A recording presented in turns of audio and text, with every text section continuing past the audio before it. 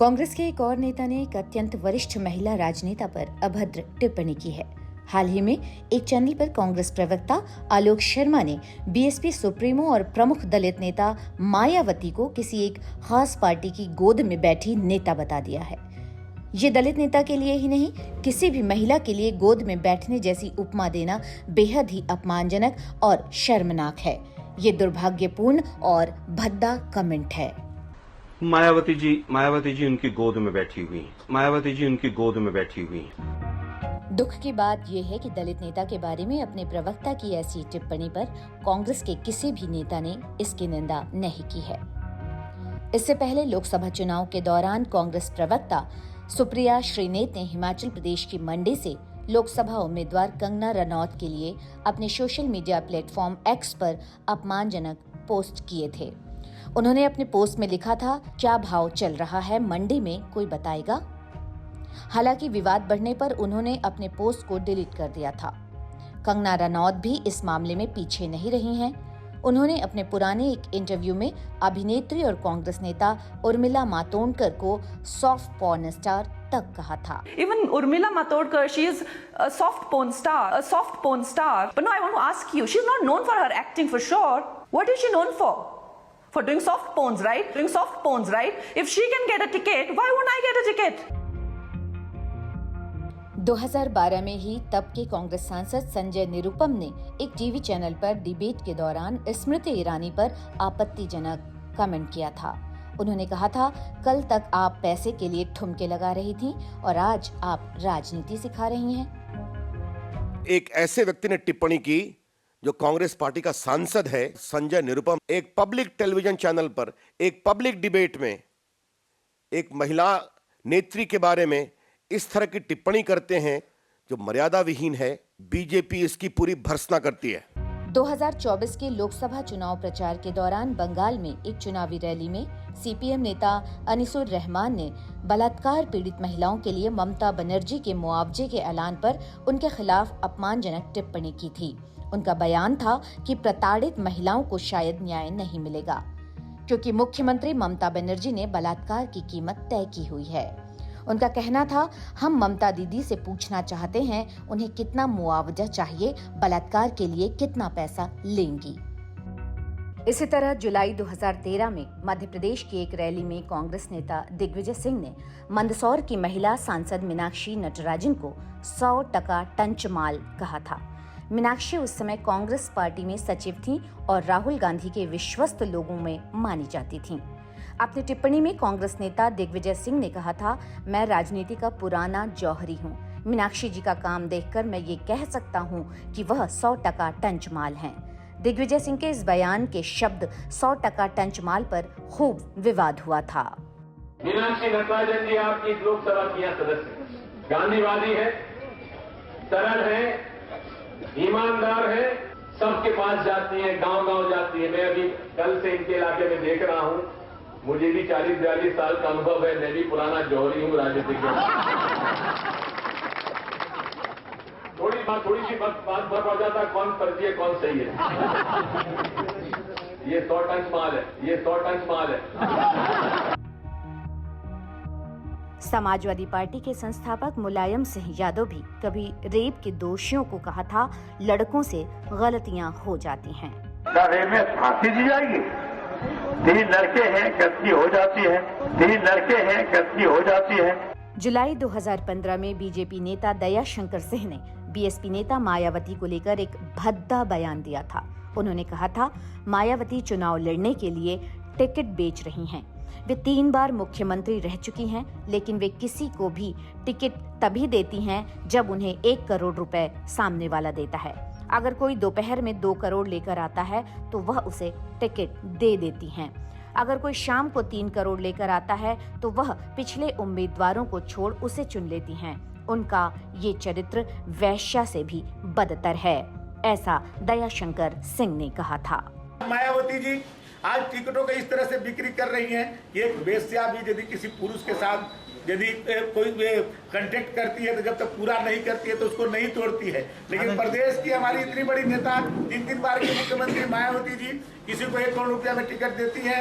अब कोई 1 घंटे के बाद 2 करोड़ देने वाला मिलता है तो उसको टिकट दे देती है, और शाम को कोई 3 करोड़ देने वाला मिलता है तो उसका भी काट करके उसको दे देती है। एक कभी बदतर चरित्र की आज मायावती जी हो गई है। जनता दल यू के नेता दिवंगत शरद यादव भी महिलाओं के रूप रंग और शरीर की बनावट पर कमेंट कर चुके हैं। उन्होंने कहा था, दक्षिण की महिला जितनी खूबसूरत होती हैं और उनकी बॉडी देखने में जितनी सुंदर लगती है, उतना ही वो नृत्य भी सुंदर जानती हैं। मैं तो उनकी खूबसूरती की तारीफ कर रहा हूँ। उनके इस बयान पर काफी हंगामा हुआ था। यही नहीं, एक बार राजस्थान में एक कार्यक्रम में शरद यादव ने बीजेपी नेता वसुंधरा राजे को लेकर बेशर्मी वाली टिप्पणी की थी। उन्होंने कहा था, वसुंधरा को आराम दो, बहुत थक गई हैं, बहुत मोटी हो गई हैं, पहले पतली थीं। और ये वसुंधरा, इसको आराम दो, बहुत थक गई, बहुत मोटी हो गई, पतली थी गए। हमारे मध्य प्रदेश की बेटी है, इसको कहो आराम कर। बीजेपी के हिंदूवादी चेहरा रहे विनय कटियार ने 2017 के विधानसभा चुनाव से पहले कांग्रेस नेता प्रियंका गांधी को स्टार प्रचारक बनाए जाने पर उन पर एक ओछी टिप्पणी की थी। उन्होंने कहा था, हमारे पास प्रियंका गांधी से भी सुंदर स्टार प्रचारक हैं। भारतीय जनता पार्टी में खूबसूरत महिलाओं की कमी नहीं है। हमारी पार्टी की नेता स्मृति ईरानी उनसे ज्यादा खूबसूरत हैं और प्रियंका से ज्यादा वोट जुटा सकती हैं। विनय कटियार के इस व्यक्तिगत टिप्पणी से भी विवाद खड़ा हो गया था। समाजवादी पार्टी के नेता आजम खान भी महिलाओं के बारे में अपमानजनक कमेंट करने के दोषी रहे हैं। 2019 के लोकसभा चुनाव के वक्त उन्होंने बीजेपी उम्मीदवार जया प्रदा को लेकर कहा था, जिसे मैं रामपुर लेकर आया था, उसकी असलियत जानने में आप लोगों को 17 साल लगे। मैं 17 दिनों में ही जान गया था कि इनके नीचे का जो अंडरवियर है वह खाकी रंग का है। उसकी असलियत समझने में आपको 17 बरस लगे। मैं 17 दिन में पहचान गया कि वो खाकी रंग का है। मैं 17 दिन में पहचान। 2022 में कांग्रेस के वरिष्ठ नेता और अधीर रंजन चौधरी ने राष्ट्रपति द्रौपदी मुर्मू को राष्ट्रपति की जगह राष्ट्रपत्नी कहकर संबोधित किया था। इस पर भारी हंगामा हुआ था। अधीर रंजन चौधरी ने इसे गलती से बोला गया कहकर माफी मांग ली थी, लेकिन बीजेपी ने इसको विवाद का मुद्दा बना लिया था। कांग्रेस पार्टी आदिवासी महिला का ये सम्मान पचा नहीं पा रही। कांग्रेस पार्टी गरीब परिवार की बेटी देश की राष्ट्रपति बने, इसको पचा नहीं पा रही। कांग्रेस पार्टी के उस नेता को अपने उस कृत्य पर एक पत्रकार ने टोकते हुए कहा कि आप देश की महामहिम राष्ट्रपति का अपमान कर रहे हैं, लेकिन तब भी अधीर रंजन चौधरी ने द्रौपदी मुर्मू जी का अपमान वापस नहीं लिया। पूर्व प्रधानमंत्री इंदिरा गांधी को समाजवादी नेता डॉक्टर राम मनोहर लोहिया ने गूंगी गुड़िया कहा था। असल में जब पहली बार इंदिरा गांधी लाल बहादुर शास्त्री जी के कार्यकाल में सूचना और प्रसारण मंत्री बनी तो वो बहुत कम बोलती थीं। मंत्री के रूप में ये उनकी पहली शुरुआत थी। तब वे काफी सहमी और चुप रहती थीं। इसीलिए डॉक्टर लोहिया ने उन्हें गूंगी गुड़िया कहा था। 1989 के विधानसभा चुनाव में तमिलनाडु में अन्ना द्रमुक 27 सीटें जीती थीं। उस समय जयललिता विपक्ष की नेता बनी थीं। 25 मार्च 1989 को तमिलनाडु विधानसभा में बजट पेश किए जाने के दौरान कुछ सदस्यों ने सरकार पर जयललिता के साथ गलत काम किए जाने का आरोप लगाया।